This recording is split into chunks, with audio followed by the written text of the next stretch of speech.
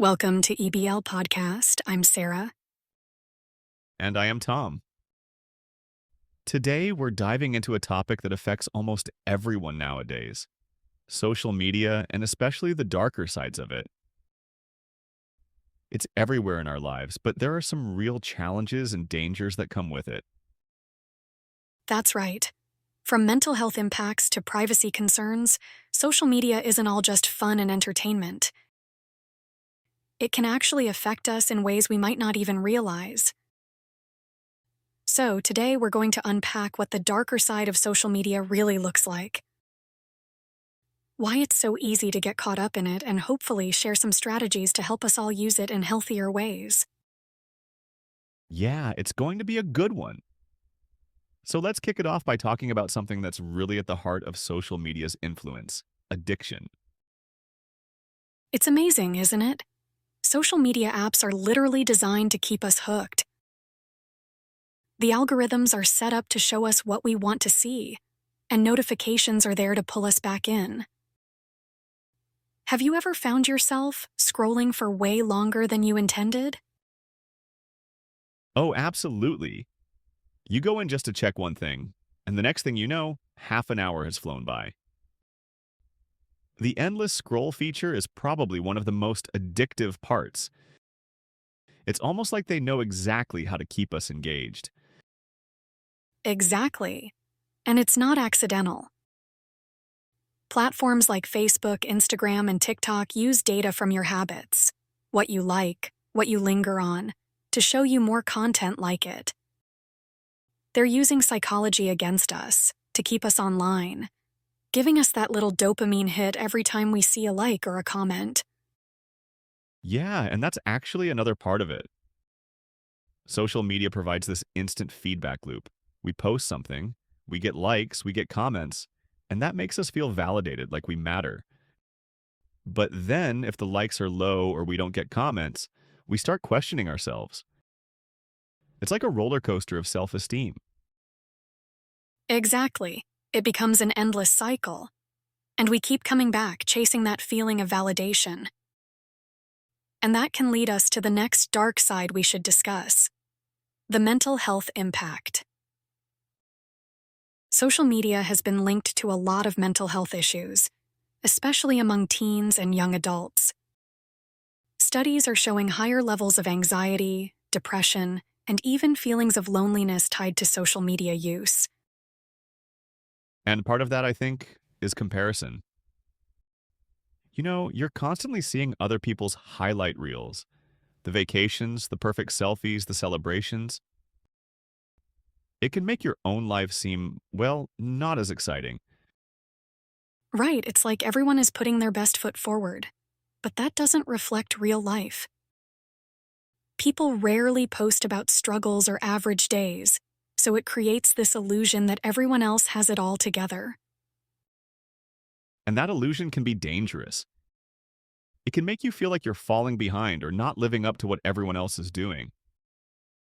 It can make people feel like they're not enough, which is tough, especially for teenagers who are still figuring out who they are. For sure. And it's not just teens. Adults can feel this pressure too. People end up feeling dissatisfied with their lives, even if they were feeling okay before scrolling. Social media can shift our focus to, what don't I have, instead of, what am I grateful for? And ironically, even though we're connecting with people online, it can make us feel more isolated. We're replacing real in-person interactions with quick comments or likes, and that's just not the same. Let's shift gears and talk about another issue: privacy.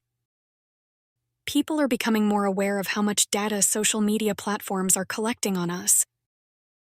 And it's actually pretty alarming when you think about it. Yeah, definitely. Every click, every search, every like, these platforms are tracking it all. They're building profiles on us so they can target us with ads. And the scary thing is, most of us don't really understand how much they know about us. Exactly. And it's not just what we consciously share. These platforms are tracking our location, our contacts, our behavior patterns. Some people even say that these companies know us better than we know ourselves. And it's not only a privacy issue, it's a security issue too. Data breaches happen, and all that information about us can end up in the wrong hands. It's scary to think about. I know, right? And let's not forget that social media companies sometimes sell this data to third parties. So it's not just them using our information, they're profiting from it by selling our data to advertisers, without us fully understanding what we're signing up for. Another huge issue is the spread of misinformation. It's incredibly easy for false information to go viral on social media. People share things quickly without fact-checking, and before you know it, fake news has been seen by millions. This has a huge impact. Fake news isn't just annoying. It can actually influence people's beliefs and even major events like elections. And because these platforms prioritize content that gets engagement, sensational or shocking information is more likely to spread.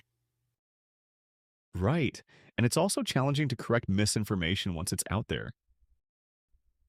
By the time fact-checkers get involved, the damage is often done.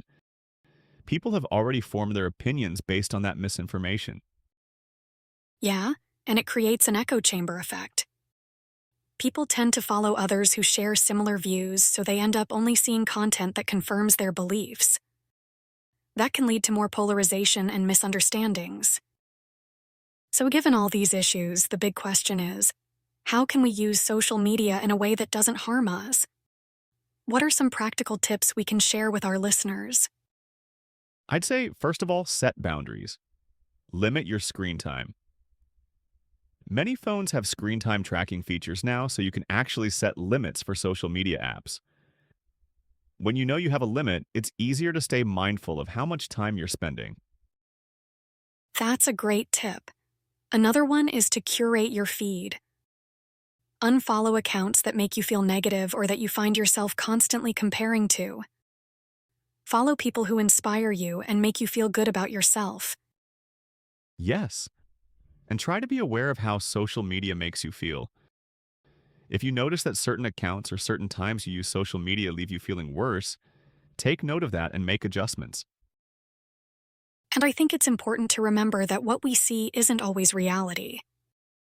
Just because someone's life looks perfect online doesn't mean it is.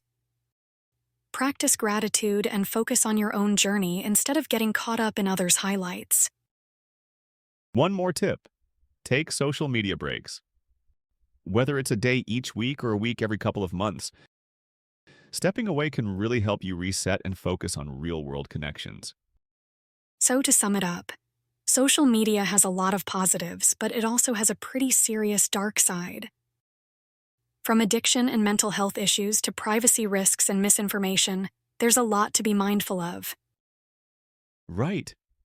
But by setting boundaries, being selective about what we consume, and remembering that social media isn't always reality, we can use it in a way that's healthier and more positive. Thanks so much for joining us on EBL Podcast. If you found this discussion helpful, please share it with a friend. And let us know in the comments or reviews how you're managing your own social media use. Absolutely. Stay mindful, stay balanced, and we'll see you in the next episode.